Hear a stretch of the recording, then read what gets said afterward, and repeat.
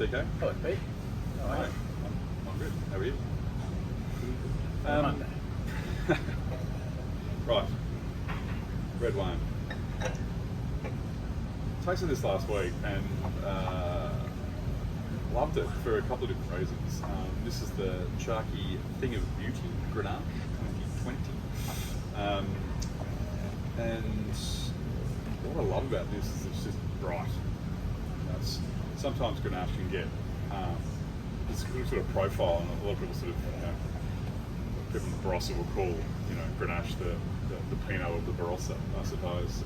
And there's some aromatics here that kind of take you down that sort of really bright cherry kind of character.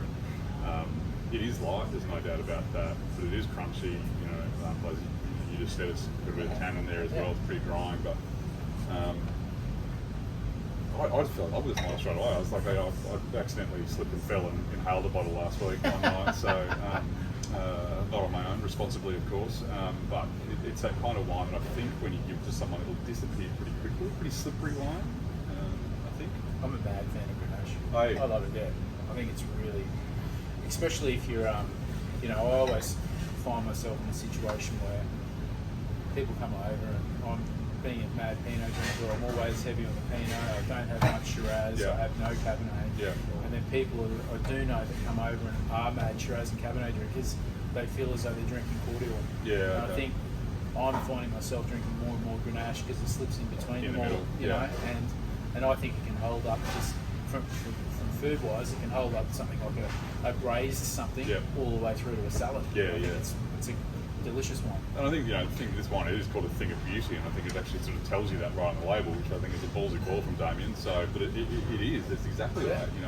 It's just super pretty, but does have that balance as well of having enough structure to make it, I suppose, serious. And what I mean by that is sometimes Grenache can get quite juby, like you said, cordial sort of like thing at the other end, and I think this has got a bit of that in a really positive way, insofar as like on a Tuesday night you just want to have a glass of wine when you get home, you don't want to have to think about it.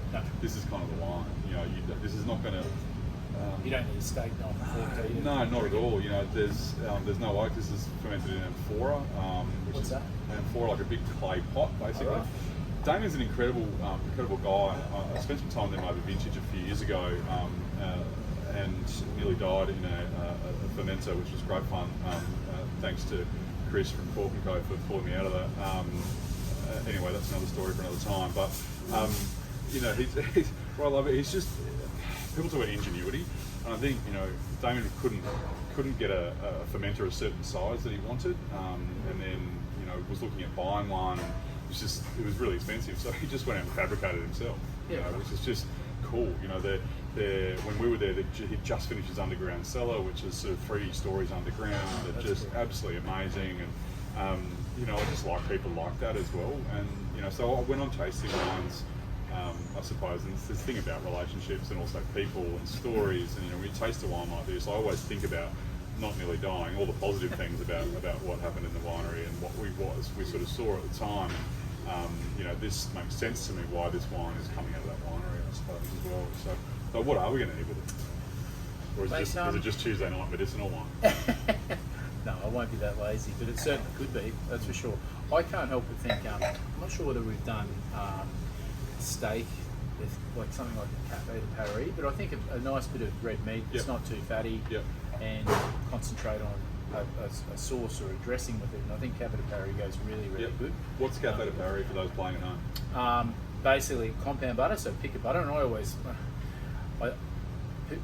my friends always joke around about the fact when they come over to my place that the butter in my fridge is often worth a fortune, but simple bread and butter is a thing of beauty for me, and it's something I could have for dinner. So good butter with about 1,000 ingredients. So you've got things like capers in there and shallots. And so all of the ingredients that goes into it, you're just basically melting the butter down to room temperature, then adding all these ingredients to it, and it'll be a simple matter of slicing some off. Once you finish roasting or barbecuing or pan frying a steak, you throw a big knob of this Café de Paris on there, and it will slowly but surely melt out of it. And it goes fantastic with red meat, but I've also used it on some fish. Things like swordfish. Some of this texture. So it'll be one of the Like Cafe de Paris recipe is one for the recipe book, so you can pull it out on all occasions. But a simple bit of barbecued meat and Cafe de Paris, I think, would go really, really well with that. I'm in for that. Just gonna try and make sure I don't inhale the rest of this bottle today. So, cheers, Why don't we guys. just call it a day and do it? Cheers.